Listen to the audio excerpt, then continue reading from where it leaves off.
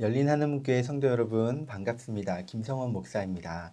여러분 이번에 시가서, 예언서 성경통독 잘 참여하고 계신가요? 이번 성경통독을 통해서 우리가 하나님의 귀한 은혜를 함께 누리길 소망합니다. 오늘 우리가 함께 살펴볼 성경은 바로 시편입니다.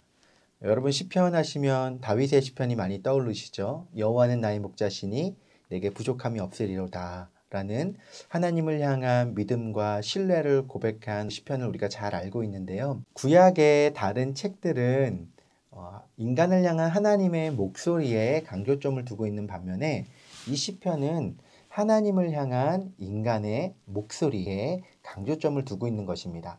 모세로부터 바벨론 포로기까지 하나님을 향해 고백했던 다양한 150여 편의 시 모음집이 바로 시편인 것입니다. 150편이나 되는 시를 모은 것이기 때문에 자연스럽게 시편의 저자도 다양한 사람들이 있습니다. 근데 보통 우리가 이 시편을 다윗의 시편이라고도 많이 부릅니다. 그 이유는 무엇이냐면 150편이나 되는 시편 중에서 절반 가까이 되는 73편이 바로 다윗이 작성한 시이기 때문입니다. 다윗 외에도 모세, 솔로몬, 고라자손, 아삽, 헤만 등 다양한 저자들이 이 시편을 함께 기록하였습니다. 우리가 이 시편을 내용적으로, 구조적으로 함께 살펴보기를 원하는데요. 내용적으로 볼 때 이 시편은 크게 4개로 분류할 수가 있습니다. 찬양시, 감사시, 탄원시, 지혜시 이렇게 구분할 수가 있는데요. 찬양시는 하나님을 향한 찬양을 고백하는 시입니다. 하나님의 주권적인 인도하심, 하나님의 창조 세계를 찬양하고 고백하는 시입니다. 탄원시는 개인과 국가의 어떤 위기 상황 가운데 그 위기의 어려움을 하나님께 호소하는 시이죠. 그 호소와 함께 대부분 탄원시의 마지막은 하나님의 약속에 대한 신실하심과 하나님을 향한 믿음의 고백으로 맞춰지는 특성들이 있습니다.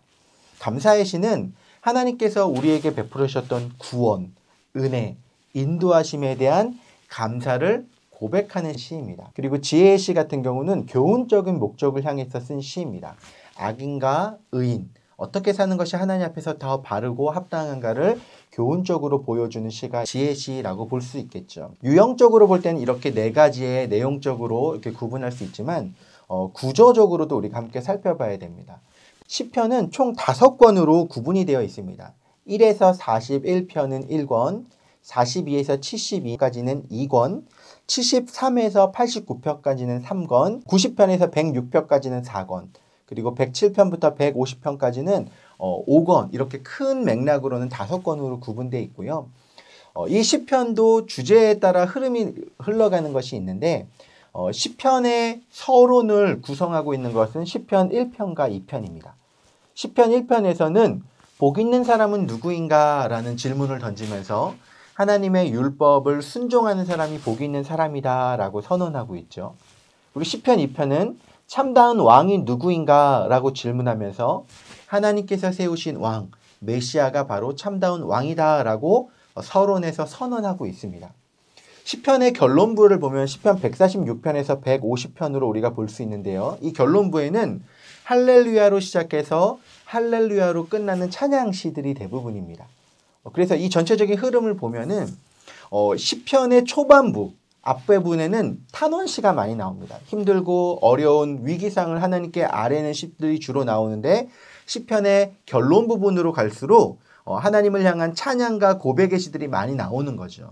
그러니까 아까 서론에서 이야기했던 것처럼 참으로 복된 사람, 여호와의 율법을 순종하며 따르는 사람, 그리고 참된 왕, 메시아를 온전히 기다리고 믿는 사람들은 그의 탄원이 변하여 찬양이 되게 한다라고 하는 큰 주제와 흐름을 우리가 살펴볼 수 있을 것입니다. 자, 그러면 시편을 어떻게 읽으면 더욱 유익할까요? 제가 시편을 잘 읽을 수 있는 3가지 팁을 함께 드리기 원합니다. 첫 번째는 무엇이냐면은 시편을 기록한 저자의 상황과 배경을 함께 이해하면서 읽는 것입니다. 이 시편을 보시면은 그 위에 표제어라고 되어 있습니다. 누가 어떤 상황에 있을 때 적은 시 이런 식으로 그 배경을 암시해주는 표제어들이 있는데요. 이 시편은 문학적으로 인간의 마음과 감정을 고백한 시라고 했죠. 그래서 그 배경의 상황이 이 사람이 어떤 상황 속에서 어떤 마음으로 어떤 감정으로 이 시를 기록했구나를 우리가 이해하면은 그 시편을 조금 더 풍성하게 받아들일 수 있습니다. 예를 들어 시편 51편의 경우를 보면은 다윗의 회개시가 나오는데요.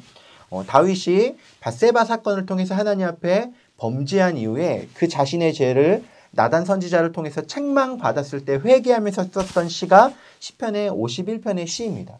이것처럼 그 배경과 상황을 이해하면은 시편에 있는 그 고백이 어떤 고백으로 어떤 마음으로 했는지를 우리가 더 깊게 이해할 수 있게 됩니다. 두 번째로 시편은 감정과 체험과 마음을 고백하는 시이기 때문에 그 저자가 어떠한 고백으로 어떠한 마음으로 어떻게 하나님을 표현하고 있는지를 함께 살피시면 매우 도움이 많이 됩니다. 다윗의 경우 하나님을 참 다양하게 표현했습니다. 여호와는 나의 산성이시요 요새시요 구원의 뿌리시요 피난처시요 피할 바위시요 하나님은 나의 구원이십니다 라고만 표현한 게 아니라 아주 다양한 표현들을 통해서 하나님에 대해서 묘사하고 있죠. 그 이유가 무엇입니까? 사울로부터 수많은 생명의 위협을 받으면서 쫓겨가는 가운데 죽음의 위기 상황에서 하나님의 구원하심을 경험한 그 감정들에 대해서 그때그때 표현하고 있는 것이기 때문에 하나님에 대한 매우 다채로운 표현들이 나오게 되는 것들을 볼 수 있습니다. 우리가 시편을 읽으면서 이 사람은 하나님을 어떻게 인식하고 고백하고 있구나를 우리가 함께 주목하시면서 살펴보면은 그것이 우리의 신앙의 고백에도 많이 도움이 됩니다. 나는 하나님을 어떻게 고백하고 있는가? 나는 하나님을 어떻게 인식하고 있는지를 이 저자의 표현들을 통해서 함께 살피면서 나도 다양하게, 나도 더 풍성하게 하나님을 고백할 수 있는 은혜를 시편을 통해서 누리시면 더욱 유익할 것입니다. 세 번째로 시편은요, 우리가 다른 성경들처럼 깊게 묵상해가지고 깊게 파서 하는 것도 도움이 될 수 있지만 사실은 어찌 보면 약간 더 가벼운 마음으로 노래하듯이 기도하듯이 읽으면 더욱 유익합니다. 이 시편은 실제로 예배 때도 많이 썼던 찬양의 시이기도 하고요. 실제로 이 시편을 노래로 부른 곡들도 많이 있습니다. 그래서 그런 시들과 함께 찬양하듯이 시편을 읽으시면서 묵상하시면 더욱 도움이 되고요. 또한 기도하듯이 읽으시면 좋습니다. 시편에 있는 여러 표현들을 가지고 실제로 하나님께 기도할 때 동일한 표현들로 기도하면서 시편을 활용하시면은 이 시편을 통해서 더욱 풍성한 감정적인 어떤 체험적인 하나님을 더욱 고백하실 수 있게 될 것입니다. 이 시편을 읽으시고 묵상하시면서 나의 마음은 하나님께 어떻게 향해 있는지 그리고 하나님이 우리를 향해서 어떠한 은혜를 베풀어 주고 계신지를 함께 고백하며 믿음으로 나아가는 우리 모두가 되기를 주님의 이름으로 축원합니다. 감사합니다.